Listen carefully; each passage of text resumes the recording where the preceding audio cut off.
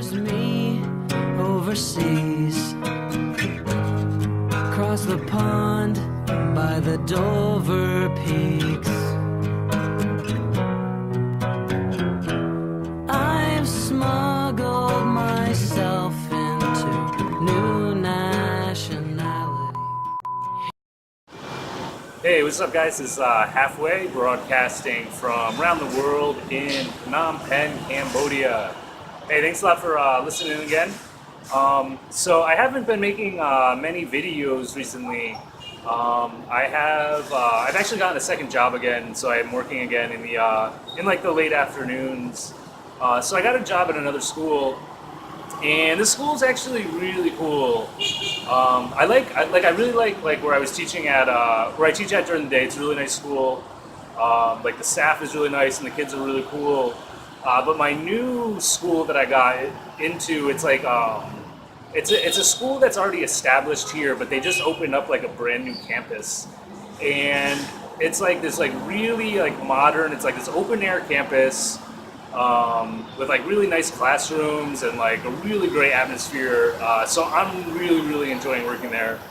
So as of right now, I'm working at both schools. So I work at the school that I initially started working at in the daytime, and then later in the afternoon I go to my second school. So that has been inhibiting me a little bit from making some videos. I'm gonna try to get more into a routine now that I've been working there for like 3 weeks now. So just kind of trying to figure out exactly what I'm going to be doing with my time, but I think I'm getting into a little bit of a routine now. So hopefully I'll be able to start making some more videos, specifically about like Cambodia and stuff again. I know I have made a couple videos about some off-topic things. As I imagine that I still will talk about other things outside of being in Cambodia. But for right now, for today, I want to talk about something that I ran into earlier in this week. So first of all, if you decide to come here and you want to live here, especially if you want to teach English, I definitely recommend like coming here. Like I can't say enough like how awesome it is to just be somewhere new, like outside of your home country, whether you're from the U.S. or Europe, or even if you're from like South America or Africa or Canada, whatever. Like being here is just such a different world. And it's super cool, and Cambodia is cool in itself, and specifically Phnom Penh is awesome. Like every day, like there's something cool here. Like it's a really cool place. So I highly recommend, like if anybody's thinking about coming here, like honestly really consider it. Especially like if you're thinking about Asia in general, there's a lot of options that you could be going to. Whether you want to go to like more like more Eastern Asia, like China or Japan or Korea. But I think Cambodia is awesome. Southeast Asia is really cool. So definitely I would highly recommend considering at least, coming here, especially if you want to teach English. Which leads me to what I'm going to be talking a little bit about getting a job, like specifically getting a job teaching English. And I'm on some message boards here in Phnom Penh. So these are great resources actually if you do decide to come here. There's numerous ones. So I'm on like an apartment finding message board from when I was looking for an apartment. And actually I still check it out all the time just to see what kind of apartments are available and what rates. So when my lease is up here, I can decide if I want to stay or if I want to go somewhere else. Also job post boards I'm still on, and as well as there's like a buy-sell, Phnom Penh buy-sell group. I'm sure every city, has these, but these are like great resources, on Facebook, and they're free and they're easy to access. But one of I saw somebody was coming here. I think they were in Siem Reap already, and they were coming to Phnom Penh, and they posted on the job board asking about teaching English here. I guess they've been teaching English other places, and now they're here, and they're like, what should I do now that I'm in Cambodia? I'm going to be coming to Phnom Penh in the next few days. So I spoke to him a little bit, and I would give you guys the same advice that I gave to him. The best thing, honestly, to do is just come to Phnom Penh, and just start like physically going out and like trekking, and just go to different schools and drop off a resume. So print out your resume or CV, depending on where you're from, whatever you call it. But attach a photo to it. I would say that's fairly important. Attach a photo to your CV, and just walk around. Like, you can just aimlessly walk around the city, and I guarantee you're going to come across schools constantly. There's, English schools all over the place. They're not hard to come by, so you can just walk around. When you're walking, you can ask people. Maybe I did that a little bit when I was first looking for my schools. Just asking people if they knew where there were any schools around, because I wasn't fully aware of like the plethora of facilities here.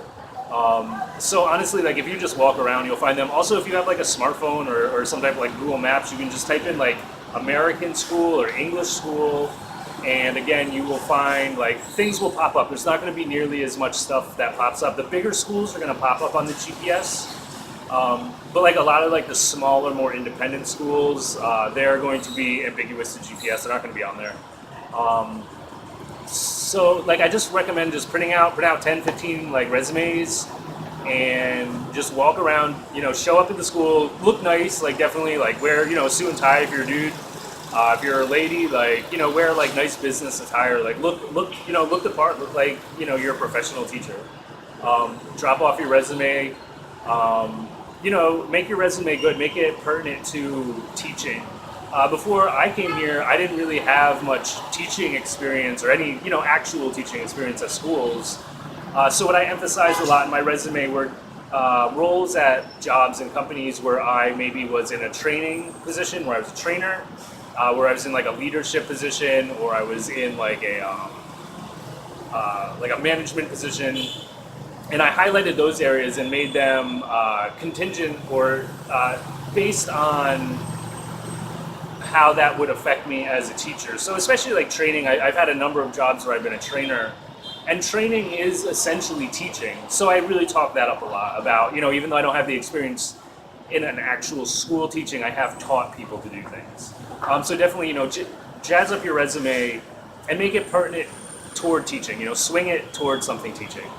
But definitely like the first school that I got a job at, I dropped off my resume, I got a call, I can't remember if it was 1 or 2 days later, and I had an interview a couple days later, and then I was hired very quickly.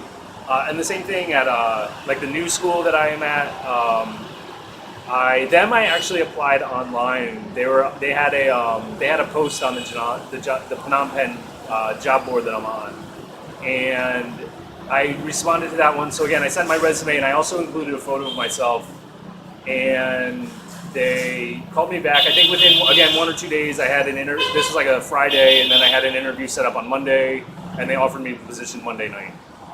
So like the opportunities, like definitely here, and it's not to say that like 100% you're going to come here and get a job like to the first school you apply to. I think I was a little bit fortunate because when I did first come here, I dropped off maybe, I don't know, between 8 and 10 resumes, and I did only get a call back immediately from the one school. Some other schools contacted me a little, but I already secured the job at the other school.